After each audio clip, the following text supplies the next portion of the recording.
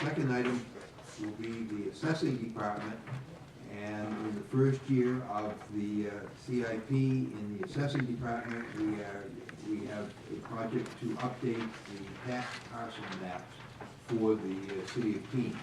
This has been a project that has been waiting for a number of years. It's actually long overdue. As Councilor Roberts keeps reminding us, the tax map shows his property line goes right through the middle of his garage, and we would like to see that get fixed. There are a number of other people in the city that have property lines on the tax map going through the middle of their homes. So we are going to be updating the tax parcel map. The next item will be city facilities. The major project in the CIP for the city facilities will be in the first year renovation here on the second floor of City Hall, and it's primarily going to be, I believe it's an RFP in the first year of the project, and then in future years we will be doing more extensive work here on the second floor. For the first time in 35 years, this chamber actually belongs to us and not to the court system. So we're in the process of we've done some minor cleanup, but we'll be in the process of trying to redesign the second floor of City Hall to make it more user-friendly for members of the public. The next item is the finance committee, and for finance we have a project which is to upgrade the software that we use for tax collection. This is a project that we last updated our software in 1999. It's vastly outdated at this point. It doesn't allow us the capabilities of using credit cards. It doesn't allow us the capabilities of effective management of our tax collecting process. So we will be updating that software. Does anybody wish to speak about finance? Okay, and then we'll be moving along to fire. We have 3 projects in the fire department. First off is the ambulance replacement reserve. Secondly, the fire apparatus reserve, and thirdly, the replacement of our mobile radios, or at least some of our mobile radios. That's a multi-year project, and we will be working on that for the next few years. Does anybody wish to comment on the fire department? All right, the next one is the informational management system for the city, known as the IMS system. We have 2 projects there. One is the network equipment replacement and the server replacement, both of which are in need of replacement. They are no longer serviced by the manufacturers, so when we have difficulties with them, they really have reached the end of their service life, and no, there isn't any. The company no longer provides service for them. The next item will be the Parks and Recreation Department, and there are 2 projects in the Parks and Rec Department. First off will be the design, material, and construction of a new skate park for the city of Keene. We have not finally selected the location, but we will be shortly working on the final location and moving forward with the skate park. Also upgrades to some of our tennis courts, the tennis courts in Robin Hood and in Ellis Park, badly in need of rehabilitation, so that work is scheduled for this coming year. Yes?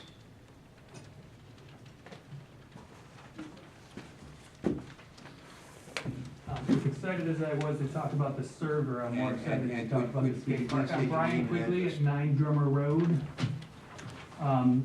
So, and the 3 minutes will be tough, so if you can keep me on track, that'd be great. I don't think I can even breathe in 3 minutes, but I'll do my best. I want to speak a little bit about the skate park. I've been involved with a group of other adults and parents to organize some effort to create a new, safe, healthy place to engage in recreation for myself and my children. But I wanted to kind of point out a couple of things as we talk about a skate park. One is it sometimes gets misperceived as a place where rebellious kids gather and an activity where it's dangerous and attractive to rebellious kids.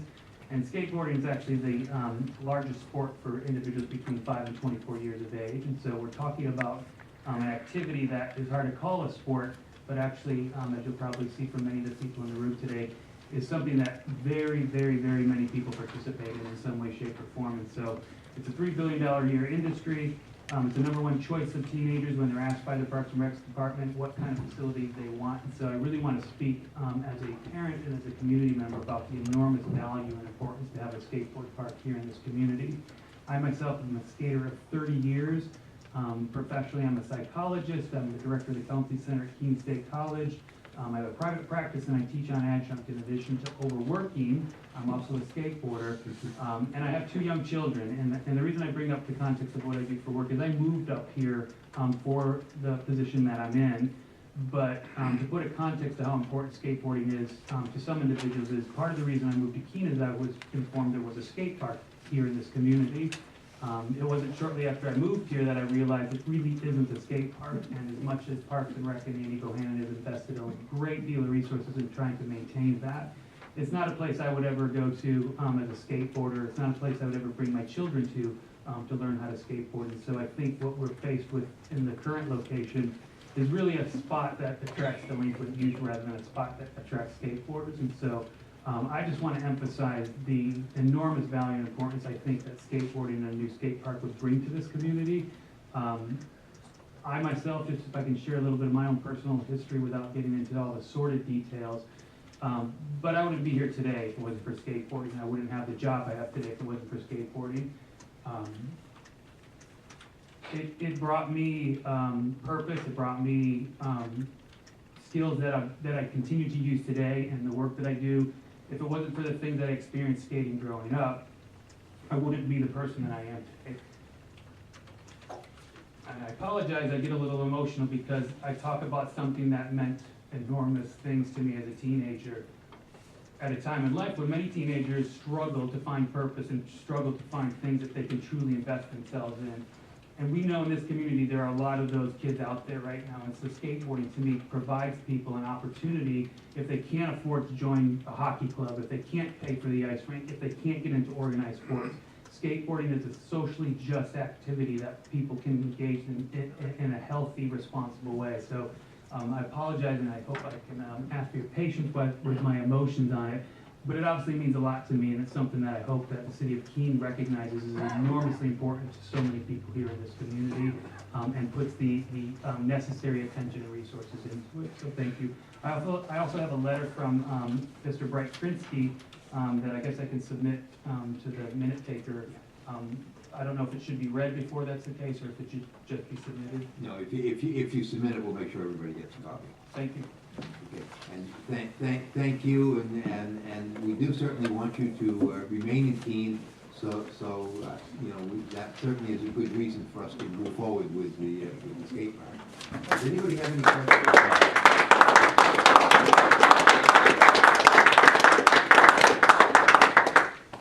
Thank you.